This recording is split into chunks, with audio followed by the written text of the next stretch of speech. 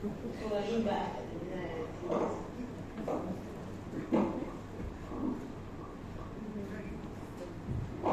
morning. It is my honor to be presenting to you today.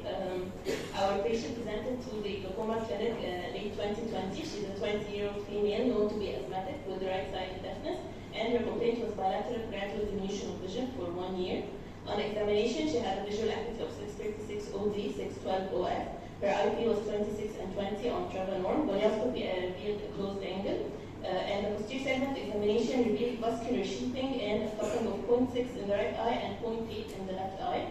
So fluorescein angiography was requested. You can see in the right eye it is evident that she had vascular sheathing. However, the fluorescein angiography didn't reveal any leakage. This is her visual field. You can see mainly lower field changes, lower scotoma or antecedent effect, we will find out. Laboratory investigations revealed an ESR of 50 and a high CRP. Her vasculitic profile was normal apart from positive for anti-cartolipin, IgM, and anti-beta-glycoprotein. So she was diagnosed by the rheumatology department as antiphospholipid syndrome. She had no active uveitis or vasculitis, no history of systemic thromboembolic complications. She did MRI and MRA and MRV, all of them were free. And she was prescribed aspirin and hydroxychloroquine. So we are faced with a young patient with antiphospholipid syndrome. She has an IP of 29 and 32 on 3 medications. That was her picture on admission. She has bilateral cupping and visual field changes, so the decision was for left trabeculectomy under general anesthesia. In her early post-operative period, there was shadowing of the anterior chamber. She underwent pressure bandage and the AC was formed for a few days, but then there was further shadowing, so she underwent AC formation by needle. That night, the patient complained of severe pain in her left eye with diminution of vision and an IOP of 40, and her fundus revealed a central retinal artery occlusion. And this is her OCT angiography. We can see the ischemic changes in the inner retinal layer.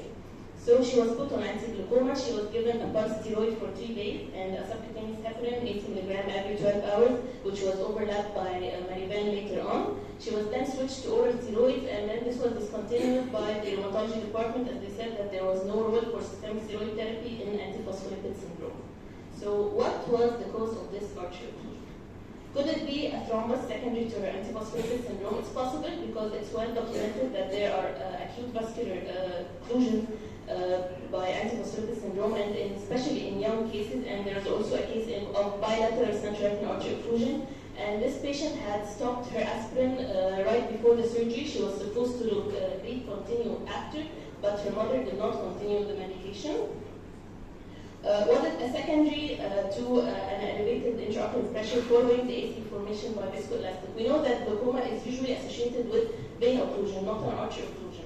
However, the perfusion pressure depends on the difference between the intraocular pressure and the blood pressure. And so in eyes with chronic ocular ischemia, a fall of the mean blood pressure in the central retinal artery due to ocular ischemia and a rise of the intraocular pressure due to development of glaucoma can result in a secondary central retinal artery occlusion. But this is more reported with neovascular glaucoma in eyes with severe ischemia.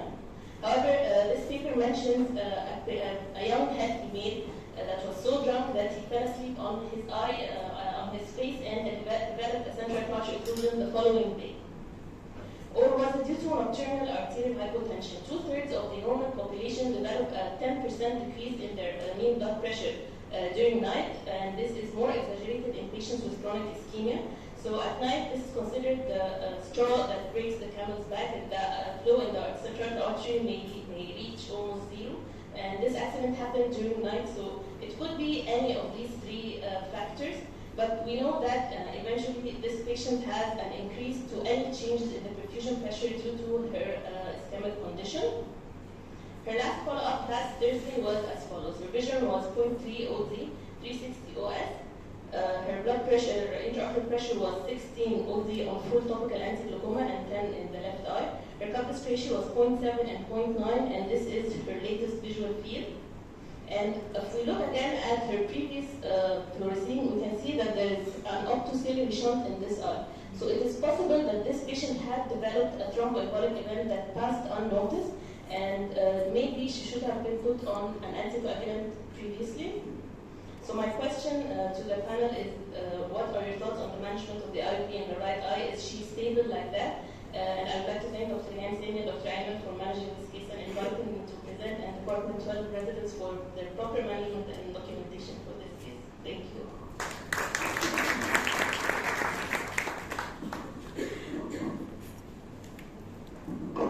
شكرا كريم على التركيز والمنتظرين بقى رأي الدكتور أيمن في الحالة.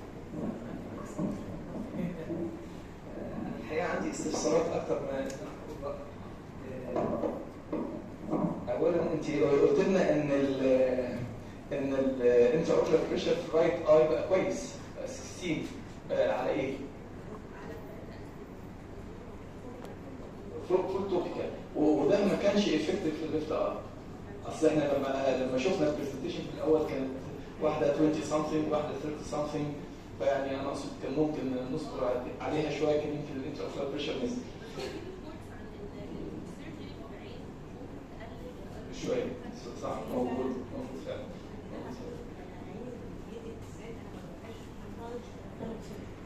هي عشان مظبوط وبعدين هي قعدت حوالي شهر بتعمل انفستيجيشنز في الريماتولوجي. الانتراوكولار بريشر عالي. كان برضه مش سبورت بالك، يعني هي بتفضل ان كنترول فتره طويله اندر سوبرفيجن وهي بتاخد. طب سؤالي الثاني، احنا عملنا لها فلوروسين، خدنا بالنا من الترانزيت تايم بتاع الفلوروسين؟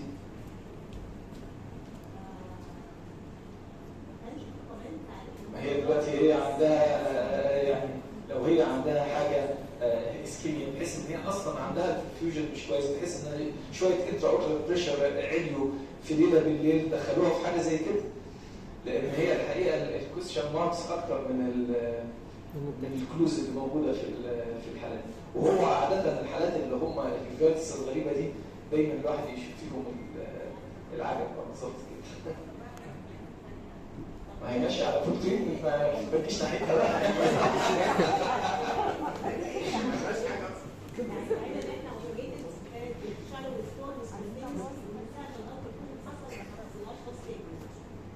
هي عملت اللي عليها بقى.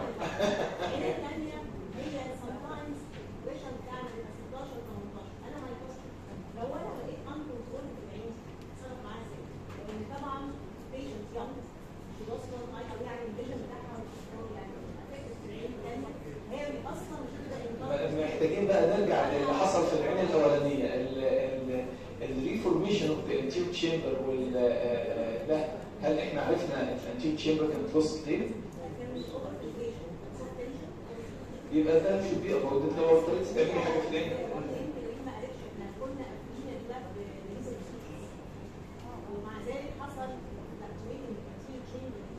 ده جون سيرجي ولا بوست اوبرتيف؟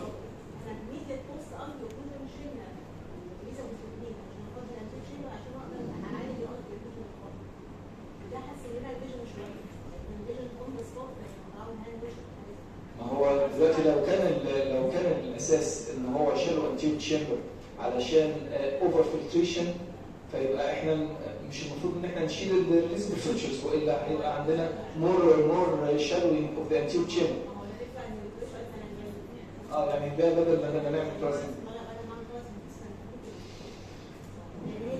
هو الحقيقه الحالات اللي هي الهاي ريسك دي الحل فيها ان احنا نعمل ريزبل سوتشرز كتير وما نشيلش ابدا تو ات سيم تايم. يعني هو ده بيبقى الحل فيه. بس جود لك في العين الثانيه، بس ما حدش